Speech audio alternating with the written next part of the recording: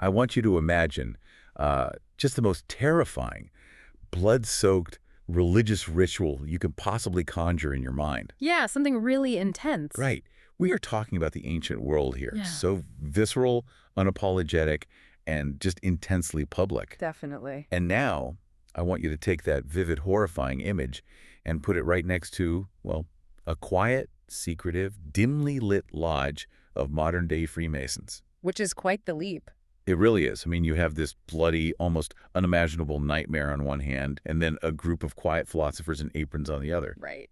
But today, welcome to our deep dive. We're unpacking excerpts from Chapter 7 of a fascinating text called The 12 Gods of Aztec Mythology and Freemasonry to figure out how these two seemingly opposite things are deeply connected. Yeah, it really is a massive conceptual leap. I mean, when you look at them on the surface, they feel like they belong to completely different planets. Exactly. You couldn't ask for a more extreme juxtaposition, really. Exactly.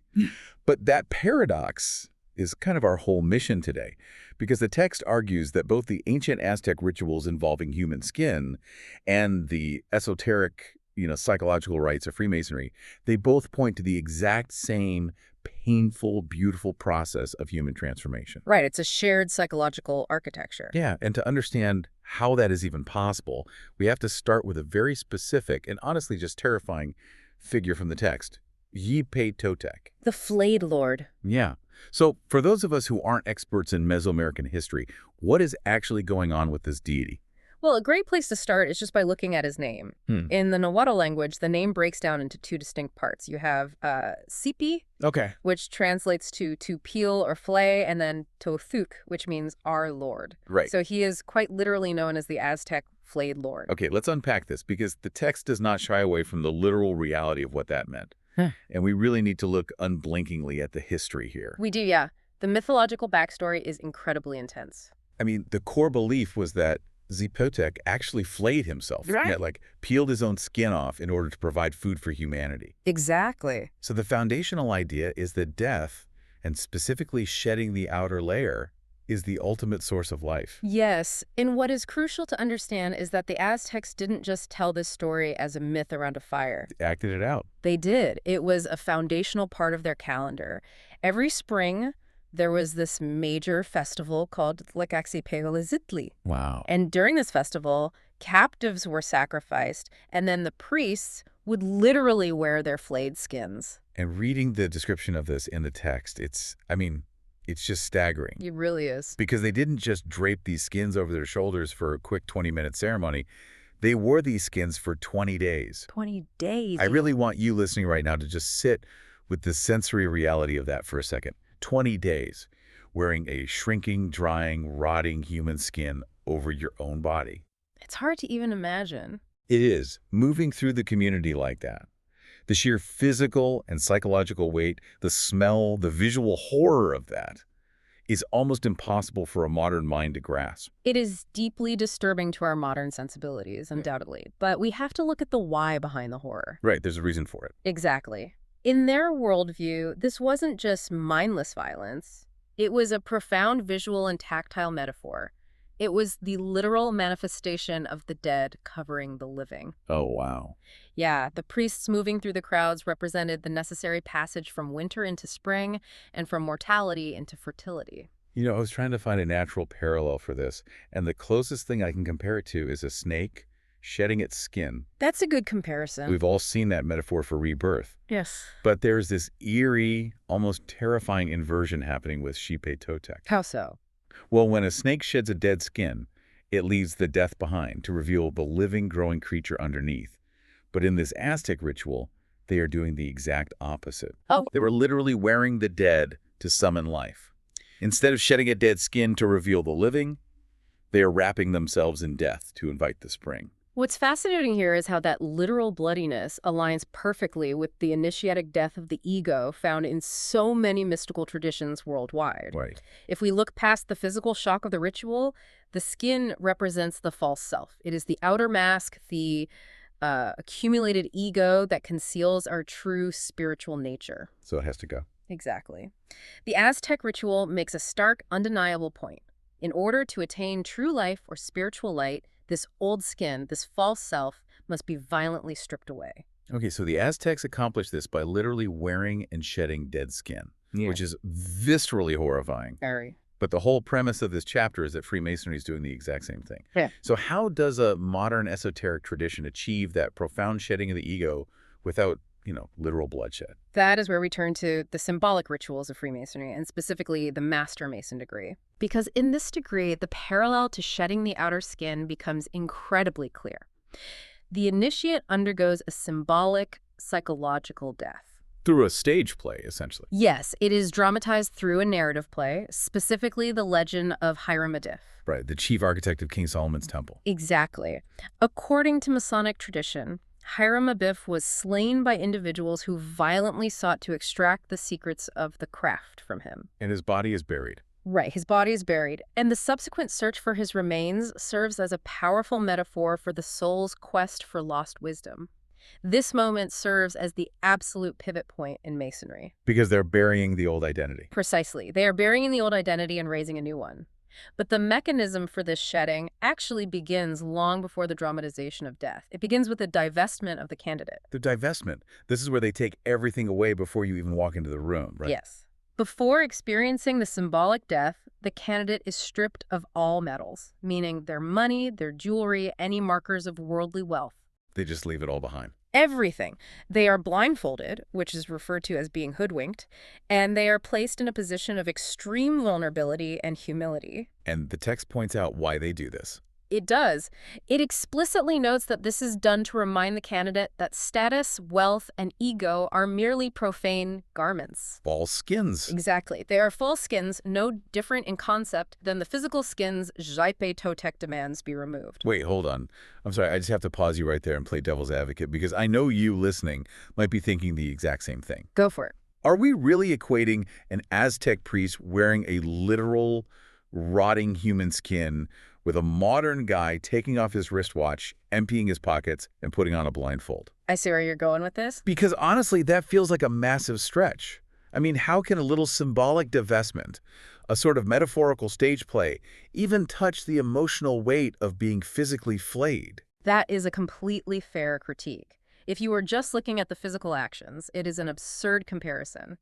The physical trauma of the Aztec ritual is entirely absent in a modern Masonic lodge. Right. But the text asks us to look at the shared psychological arc. Because the emotional reality of ego death is devastating, regardless of the era. Okay, I'm listening. Think about it in everyday life. Have you ever known someone who lost a high-status job? Or someone who went through a devastating, identity-shattering breakup? Oh, absolutely. I mean, when someone's whole identity is tied to being a CEO or being a spouse, and that gets ripped away, they completely fall apart. Right. They just don't know who they are anymore. Precisely. They are psychologically flayed. The universe has stripped them of their profane garments. Wow. What the Masonic ritual does is manufacture a controlled, sacred environment for that exact psychological ego death to occur voluntarily. So it's about the internal feeling. Exactly. The ritual humiliation, the removal of your wealth, the removal of your sight, the forced vulnerability, it isn't meant to be physically cruel. It is meant to forcefully strip you of everything you use to define your identity in the outside world. Standing in the dark without your title or bank account. Right. Realizing that all that social standing is just temporary, meaningless garments. That can be a truly shattering experience. Both traditions insist that one must be flayed, literal or metaphorical, to be freed from ignorance. You have to endure that loss. You do, before you can be reconstituted as a new being. Okay, that makes total sense. We've established what is dying in these rituals, the ego, the outer skin. But I want to explore how this destruction actually causes growth. That's the real core of it. Because breaking something down doesn't automatically mean it's going to build back better. You can't just tear the roof off a rotting house and expect a mansion to magically appear. No, you can't. So how does this destruction actually fuel the transformation? To explain that mechanism, the source text makes a brilliant connection between agriculture and spiritual alchemy. Oh, right, because Xipe Totec was an agricultural god, too. Yes, we have to remember he was not just a god of penance. His rites deliberately coincided with the sowing season in spring. The Aztecs utilized this incredible metaphor where they likened planted seeds to flayed beings. Oh, because you have to remove the hard outer husk of a seed before it can actually sprout. Exactly. If the husk doesn't break, the seed just sits there in the dirt and eventually dies. The breakdown is literally the prerequisite for life. Precisely. The husk is meant to protect the potential of the seed, but eventually it becomes a prison. Removing it was the ultimate symbol of growth through suffering. So they were mimicking the seed. Yes, the text explains that the bloody Aztec rituals were essentially acts of cosmic empathy. Humanity was mimicking the suffering of the seed. They believed the cosmos required that shared sacrifice, that conscious breaking of the husk to balance the cosmos. And then the text takes that agricultural reality and maps it straight onto alchemy, specifically the stage known as the Nigredo. Yes. In alchemical philosophy, the Nigredo is the stage of putrefaction, of blackness and decay. The rotting phase. Right. If you want to turn base matter into gold or elevate the human soul, you cannot just take base matter and immediately purify it. You can't just paint over it. Exactly. You cannot just slap a new coat of paint on it. The material first has to be broken down, it has to be killed, and it must be dissolved completely into chaos. But why chaos? I mean, why does it have to rot before it gets better? Because of rigidity. Whether we are talking about chemical matter or the human mind, systems naturally become rigid over time. We cling to familiar patterns, old beliefs, and stubborn ego structures. The mind builds a fortress. And the Nigredo is the necessary dissolution of that fortress. The brain has to unlearn its rigid structures. It has to dissolve into the chaos of not knowing before it is flexible enough to absorb a higher truth. If we connect this to the bigger picture, the text argues that Xipe Totec is the mythological agent of this necessary decomposition. He is the force that strips the husk and breaks down the matter. And this maps so beautifully onto the progressive degrees of Freemasonry. Like, when you enter, you start as the entered apprentice. You are the raw material. Right. It makes me think of an uncarved, rough block of wood. Right. You have all this incredible potential inside you, but on the outside, you're covered in thick bark and rough, jagged edges. That bark is the false skin. Exactly. You have to carve it away to find the smooth wood underneath. That is a perfect way to look at it conceptually. The raw material is full of potential, but trapped by its rough exterior. In Masonic terms, they use the exact same logic, but apply it to architecture.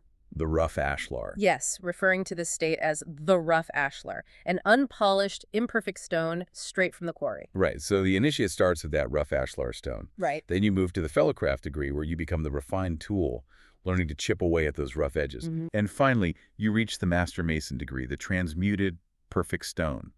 But the text is very specific about the mechanism here. It says the individual must be explicitly flayed of falsehood. Flayed of falsehood, yes. And refined in spiritual fire to reach that state, which in alchemy is the rubido, right? The red perfected stone. You literally cannot get to the rubido without first surviving the rotting decay of the Nigredo. Because that decay is exactly what clears the space for the new structure to be built. It makes room. Right. The old self is fundamentally too small and too rigid to hold the expansive new awareness. It has to be dissolved. Here's where it gets really interesting for me. Because if the outer skin is stripped away, if the seed's husk is completely broken, and the egos is dissolved in that alchemical fire, what is actually hiding underneath all that suffering? What's the final product? Yeah, what's actually there? Well, to answer that, we have to look at the visual iconography of Xipe Totec, which reveals a truly profound secret. We've spent a lot of time picturing this grotesque, flayed human skin. Which is awful. Yeah, it is. But in actual Aztec statuary and ancient codices, there is a crucial hidden detail. If you look closely beneath the flayed skin, looking out through the eye holes in the open mouth, Xipe Totec's true face is not grotesque at all. It is radiant, it is divine, and it is colored gold. I cannot tell you how much I absolutely love this detail. It completely flips our normal, everyday understanding of what a mask is. It really does. Think about it. In our modern lives, we usually think of a mask as something shiny, polished, and perfect that we put on to hide our ugly, flawed, messy true selves. We put on a brave face for the world. Right, the fake perfection. Exactly. But in Xipe Totec's myth, it is the exact inverse. The grotesque, rotting, bloody skin is the fake mask, and the beautiful golden divinity underneath is the actual truth. The flaw is the mask. It is a brilliant inversion, and the text points out how this connects flawlessly to the Hermetic concept of the inner sun. The inner sun. Yes. This is the esoteric idea that every human being possesses a secret spark of divinity, a hidden core of gold, buried deep beneath all our layers of personality, our neuroses, our traumas, and our worldly illusions. So Xipe Totec is showing us that. Exactly. The dual imagery of Xipe Totec teaches us that the rotting outer layer is not who we are. Suffering and decay are not the final state of the human condition. They are simply the gateway, the necessary barrier to uncovering that hidden radiance. And the Masonic equivalent of finding this inner gold is the journey through the veils and the darkness of the lodge. Precisely. We talked earlier about the blindfold, the hoodwink, and the extreme darkness of the preparation chamber. Right. All of those physical constraints represent the dense layers of ignorance that conceal the light lying within the candidate. The full skin. Yes. But once the initiate has fully surrendered to that rite of symbolic death, once the ego has been dissolved, there is a profound moment of revelation. Taking the blindfold off. The candidate is finally brought to light, and the hoodwink is dramatically removed. And in that sudden burst of light, their own inner gold is revealed. They get to look through the eye holes of the flayed skin, so to speak, and see the divine truth of their own soul. They realize they aren't the rotting skin, they are the gold underneath. Exactly. It's the ultimate realization that only through the rigorous, painful stripping away of the outer layers can the golden truth of the self be accessed and understood. So what does this all mean? We know the gold is there, just waiting for us to uncover it. But uncovering it is clearly not free. The universe demands a toll. It always does. Both the Aztec and the Masonic traditions require a very heavy payment, which brings us to the final piece of this puzzle, the concepts of bloodletting and dedicated labor. For the Aztecs, paying the toll involved literal ritual bloodletting. In their spiritual ecosystem, blood was seen as the absolute most potent offering a human being could possibly make. It wasn't just symbolic for them. No, not at all. They believed blood contained actual divine essence, the literal cosmic energy needed to sustain the universe. The circulation of blood in the human body was seen as perfectly mirroring the circular flow of energy in the cosmos. Wow, cosmic empathy again. Exactly. So shedding blood wasn't viewed as a punishment. It was the ultimate act of purification and cosmic participation. It was giving your life force to keep the gears of the universe turning. Now, obviously, contrast that with the Masonic sacrifice, which is entirely, completely bloodless. Modern Masons aren't cutting themselves in the lodge. Thankfully, no. Right. Instead, to pay the toll, the initiate is asked a very specific, pointed question. What came you here to do? And the required answer they must give is, to improve myself in Masonry. Right, which implies a very different but equally demanding kind of sacrifice. It implies daily, grueling effort. Yes, the offering of one's time, one's intellectual labor, and one's selfhood to something greater than their own individual ego. Because time is energy. Exactly. In esoteric terms, dedicating your life force, your daily attention, and your time is the modern equivalent to shedding blood. Time is the one thing we can never get back, so offering it is a literal offering of your vital energy. But wait, I have to challenge this parallel again, because there's a massive difference in how this payment is collected. Yeah. Aztec transformation, especially for the captives whose skins were worn, was entirely imposed by force. It was. It was a violent, non-consensual act forced upon unwilling victims. Masonic transformation, on the other hand, is entirely voluntary. A person chooses of their own free will to knock on the door of the lodge. Doesn't that lack of force, that completely different context of consent, fundamentally alter what the sacrifice actually means? This raises an important question, and it's an excellent point. Consent changes the morality of the act entirely, absolutely. One was enacted through communal right and divine mandate upon an unwilling victim, while the other is chosen by the candidate in pursuit of personal light. Right, so how do they connect? Here is the crux of the text's argument. The underlying structural rule of the universe remains exactly the same, regardless of how you enter the process. The text states a profound architectural law. The temple cannot be built with stones that have not been tried. Wow. Stones that have not been tried. Exactly. Whether the trial is imposed violently by the harsh environment of the ancient world or chosen consciously through a voluntary commitment to moral refinement in a modern lodge, the core lesson is identical. The suffering isn't an accident. No, suffering, loss, contradiction, and the rupture of the ego are not meaningless accidents.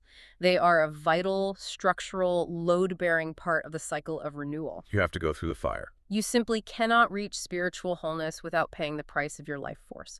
Whether that payment is measured in drops of physical blood or in years of dedicated quiet labor, the universe demands that the stone be tried. That is just an incredible synthesis. We've gone on quite a journey today for you, the listener. We started with a terrifying Aztec god clad in flayed, rotting human skin, and we followed that thread, understanding the psychology of the seed and the alchemy of the soul, all the way to the quiet, introspective, philosophical rituals of Freemasonry. It's a profound connection. It really is. Yeah. And it all centers on this deep understanding of Xipe Totec. As the chapter concludes, the text gives him this ultimate lingering title, the God who wears our face. He wears our face in both death and in life. He shows us the grotesque, rigid mask of our own ego so that we might finally be brave enough to carve it away and see the golden truth that lies beneath it. So as we wrap up this deep dive, I want you to take a moment and reflect on your own life right now. Look at the structures you've built around yourself. What are the outer garments or false skins that you are desperately clinging to? It could be anything, really. Right. Is it a job title? Is it your social status? Your pride? Maybe it's just an outdated belief about who you are that no longer serves the person you are becoming. What needs to be symbolically removed? What needs to be flayed to reveal your true self? It is an incredibly difficult question to answer, honestly, and an even more difficult psychological process to undergo. But as both of these ancient traditions show us, the peeling away, however painful, is holy, and it is necessary. And the exploration of these ancient universal truths doesn't stop here. Briefly looking ahead, the source text's next chapter takes us straight into the Mesoamerican underworld to meet Mictlantecutli, the Lord of the Dead. We're going to learn how bones are actually seeds and why death isn't a final end, but just a door to the next stage of alchemy. It promises to be an equally fascinating exploration of how ancient mythologies map perfectly onto the human initiatic experience. I absolutely cannot wait to dig into that. But before we leave you today, I want to leave you with one final provocative thought, inspired by everything we've unpacked in Chapter 7. Think back to that terrifying opening image we started with, the flayed skin. The negrito. Exactly. If your current hardships, the struggles, the chaos, and the deep sufferings you might be facing right now are simply the painful process of shedding an old, dead skin, what specific inner gold is waiting to be revealed once the peeling is finally done?